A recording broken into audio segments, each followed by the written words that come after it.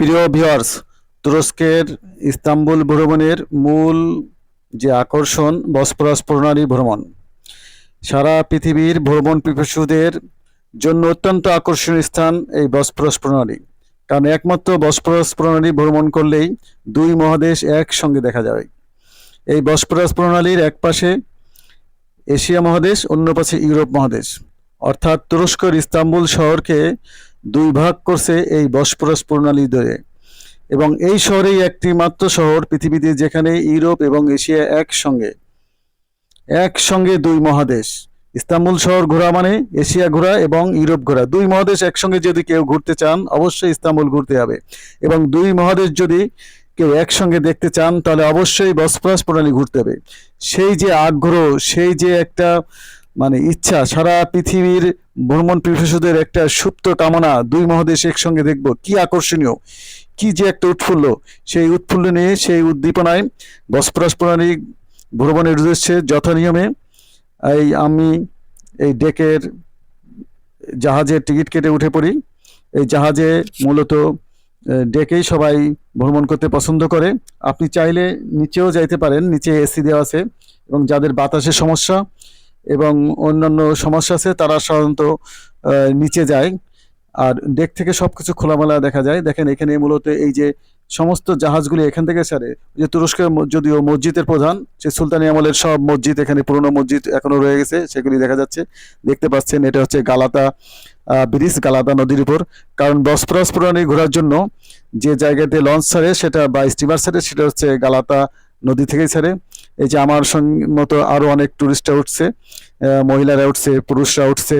মহিলারা, এদেশের কালচার, মহিলারা সিগারেট খায়, ধূমপান করে, ওনারাই খাচ্ছেন, এটা কোনো বিষয় না, এদেশেরই কালচার, এটা স্বাভাবিক একটা নিয়ম। বসফরাস প্রণালীর যে দিক থেকে মারমারা শিপ যে পাশটা, ওই পাশের সেই সংযোগস্থলেই এই গালাতা নদী। এই গালাতা নদী থেকেই শিপটা সেরেই এই গালাতা ব্রিজ পার হলেই, যে গালাতা ব্রিজ পার হচ্ছে, গালাতা ব্রিজ পার হইলেই মূলত বসফরাস প্রণালীতে পড়বে। আর বসফরাস প্রণালীতে যে দিক দিয়ে আমরা যাব তার পিছন থেকে দিকে হচ্ছে মারমারা শিপ। আর এই জাহাজটা চলাচল করে সাধারণত ব্ল্যাক সির দিকে। ব্ল্যাক সিতে অতদূর যায় না, যে বসফরাস প্রণালীর যে ব্রিজ আছে, ব্রিজটা পার হয়ে তারপরে বেশ আরো কিছু সময় যায়, তারপরে আর কি আবার ওখান থেকে আবার জাহাজটা ঘুরে এসে এই গালাতা নদীতে এই স্টেশনে সবাইকে নামিয়ে দেয়। যাই হোক, আমরা চললাম। এই সেই বসফরাস প্রণালী বা বসফরাস। এর এই যে ডান দিকটা হচ্ছে ইউরোপ আর বাম দিকটা এশিয়া। কি আশ্চর্যের বিষয়, আমরা যাচ্ছি এখন এশিয়া এবং ইউরোপের মাঝ দিয়ে, এবং দুই মহাদেশ একসঙ্গে দেখছি। এটা মানুষের একটা স্বপ্ন থাকে যে আমরা কবে দুই মহাদেশ একসঙ্গে দেখব। অনেকে ইউরোপ ভ্রমণ করছে, আমেরিকা করছে, আর আমরা যারা এশিয়ানবাসী তারা এশিয়া ভ্রমণ করছি। কিন্তু আমাদের একটা কল্পনা বা স্বপ্নের বিষয় যে আমরা দুই মহাদেশ একসঙ্গে ভ্রমণ করব। এই বসফরাস প্রণালীকরণে বা হাজিয়া সুফিয়া, সুলতান সুলেমান মসজিদ, সুলতান কপতিকিয়া প্রাসাদ, সুলতান সুলেমানের যে প্রাসাদ, এই যে আশ্চর্যের বিষয়, ভ্রমণ অনেক পুরনো নিদর্শন। এই নিদর্শনগুলি ভ্রমণের জন্য সারা পৃথিবী থেকে লক্ষ লক্ষ ভ্রমণ পিপাসু তুরস্কের ইস্তাম্বুলে আসে। আমাদের জাহাজটি এগিয়ে চলছে ব্ল্যাক সির দিকে। ব্ল্যাক সি কালো সাগর যেটা বলে, এই যে কালো সাগরের দিয়ে যেতে এই যে বসফরাস প্রণালী, এটা আসলে অনেক সুন্দর এবং অনেক চওড়া। আর পানিটা কোনো বসফরাস প্রণালী, ব্ল্যাক সি বা মারমারা সি, কোনো পানিতে কোনো বালু নেই, ময়লা নেই। আর আমাদের দেশে যেমন পানিতে টুরিস্টরা ডাবের খোলা ফেলে, তালের খোলা ফেলে, বা কোক, পেপসি বা অন্যান্য চিপসের প্যাকেট ফেলে, বিস্কুটের প্যাকেট ফেলে, এখানে কিন্তু এরকম কোনো কাহিনী নেই, এরকম কোনো সিন নেই। পানি 100% পানি পরিষ্কার, একদম ঝকঝকে টকটকে। আর পানিতে প্রচুর মাছ দেখা যায় পানির মধ্যে থেকে। পানির মধ্যে মাছ গেলে পানি থেকে মাছ দেখা যায়। এই যে দেখছেন আপনারা সব পুরনো আমলের, সুলতান আমলের বিভিন্ন নিদর্শন, বিভিন্ন স্থাপনা। এবং এখানে এই জাহাজগুলি যখন চলে, যারা একটা টুরিস্ট জাহাজ, এই জাহাজগুলি যখন চলে তখন ইংলিশে এবং টার্কিশ ভাষায় এটার ধারাভাষ্য বর্ণনা করতে করতে যায় যে কোন জায়গায় আপনারা যাচ্ছেন, কি দেখতেছেন, এই পাশে কি, এর ইতিহাস ঐতিহ্য সম্বন্ধে এই জাহাজের ভিতর বর্ণনা হতে থাকে। এই যে প্রাসাদ, এসব ইউরোপ সাইডের প্রাসাদগুলি, এই প্রাসাদের সব সুলতান সুলেমানের আমলের সেই পুরনো বিভিন্ন দপ্তর বা বিভিন্ন অফিস বা সৈনিকদের যে যে দুর্গ, সেসবই এগুলি সব বর্ণনা করছে। এই দেখেন, এটাও আর একটা টুরিস্ট স্পট, যেখানে অনেক লোকজন সড়ক পথেও এখানে ইন্ডিভিজুয়াল ওই জায়গায় দেখতে আসে। আর আপনি যখন ক্রুজ শিপে যখন এটা ভ্রমণ করবেন, তখন এটা একটু কাছ দিয়ে এভাবে নিয়ে যেয়ে আপনাকে দেখানোর জন্য সুযোগ করে দেয়। যারা বাইনোকুলার নিয়ে যায় তারা আরও সুন্দরভাবে দেখে, এবং যাদের কাছে সবাই তাদের মনের মতো করে সব ভিডিও ধারণ করতে থাকে। তো আমি যতদূর পারছি ততদূর করছি, আপনাদের শুধু দেখার জন্য, মনে আগ্রহ সৃষ্টি করার জন্য।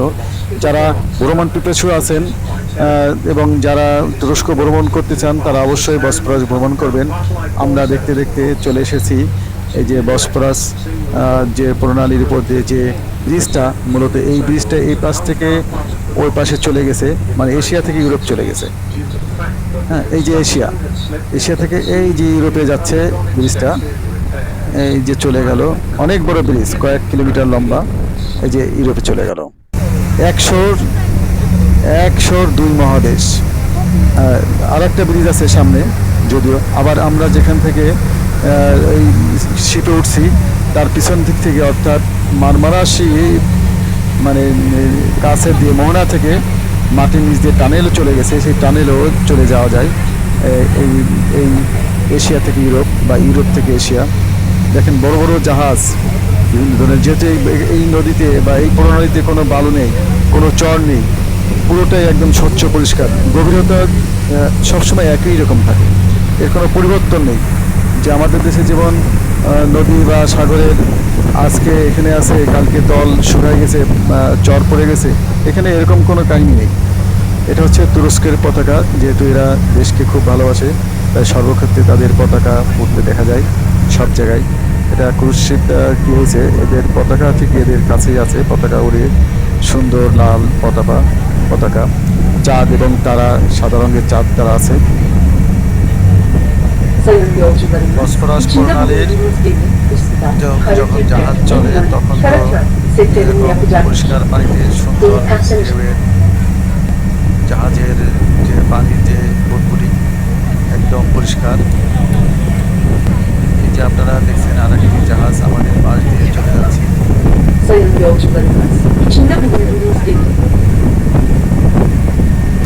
Boğaz'ın 600 metrelik en dar ve akıcı kısmına uzaktan bakıldığında istirahatlerle Muhammed okunacak şekilde inşa edilmiştir.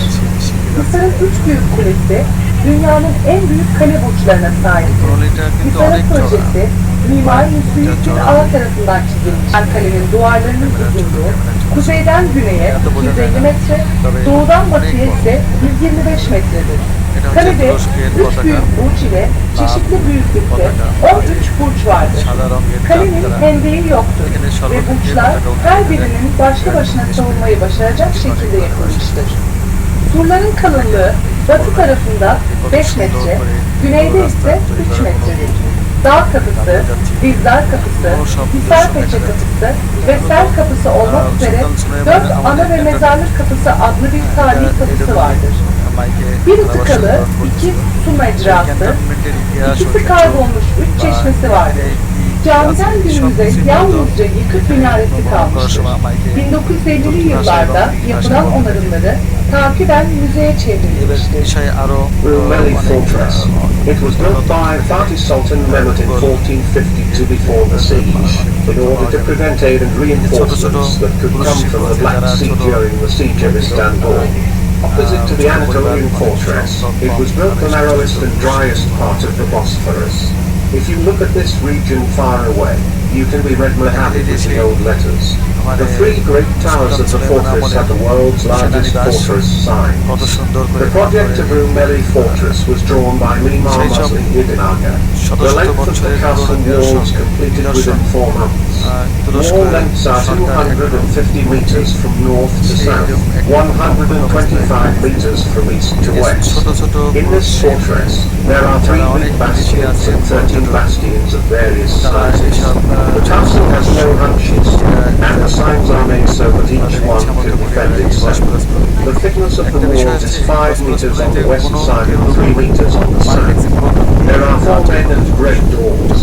The gate of the mountain, the gate of Geyser, the gate of Hizarpes and the floodgate. There are 2 water fountains, one of which is blocked and 3 fountains, but 2 of which are missing. Only the demolished minarets remain in the mosques. Repairs and some restoration made in the 1950s for the fortress and the mosque can be turned into a museum.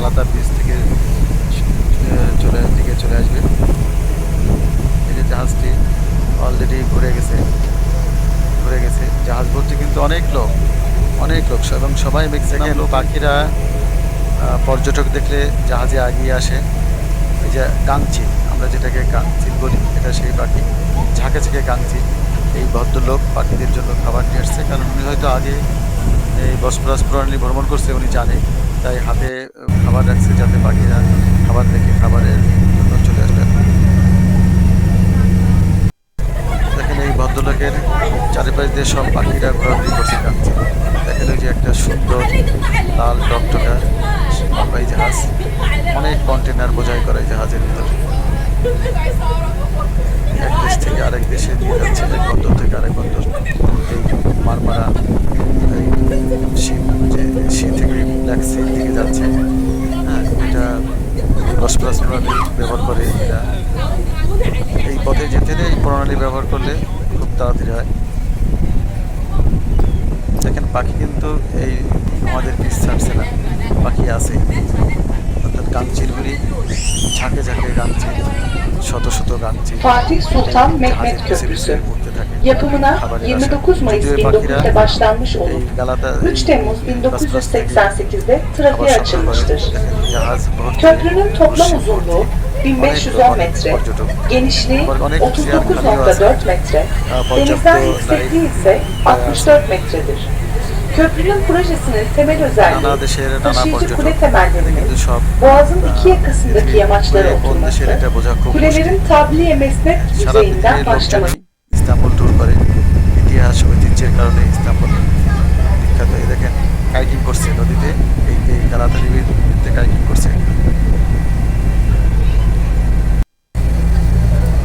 এটা হচ্ছে পাহাড়। এই সেনানিবাসের একটা প্রান্ত, শেষ প্রান্ত। সেনানিবাসটা মূলত পাহাড়ের উপরে। Anatolian fortress, built in 1395 by Yildirim Beyazıt on an area of 7,000 square meters. Hisar is the oldest Turkish artifact in Istanbul. When Fatih Sultan Mehmet built his Rumeli fortress, he added up the fortifications to this fortress. Anatolian fortress, it consists of inner and outer castles and walls. The inner castle is a rectangular 4-story house.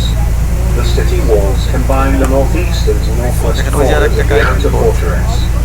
There are many arches and 3 towers built to protect the fortifications on the walls of the fortress that join the inner fortifications. The walls of the original fortress extend for 80 meters in the north-south direction and 65 meters in the east-west direction.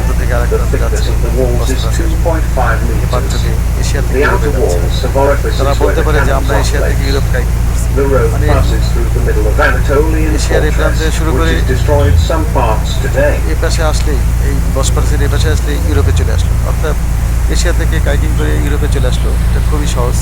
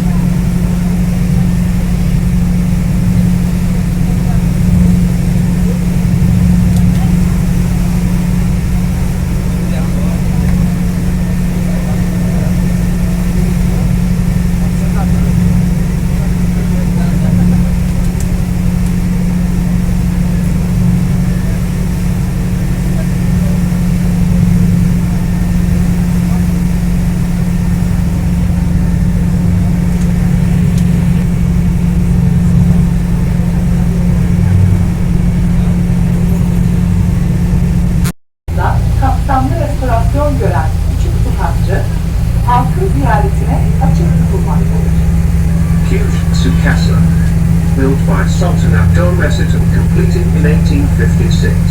Nikodos Balyan is the architect of the building. The hammock, which has 3 floors together with the basement, was built with masonry technique and carvings.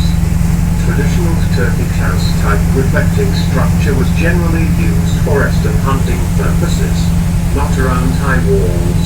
In 4 directions it is surrounded by elegant iron bars with doors and casting technique. The Kuşatsu Casa, which has undergone extensive restoration in 1994. It is open for the public visits.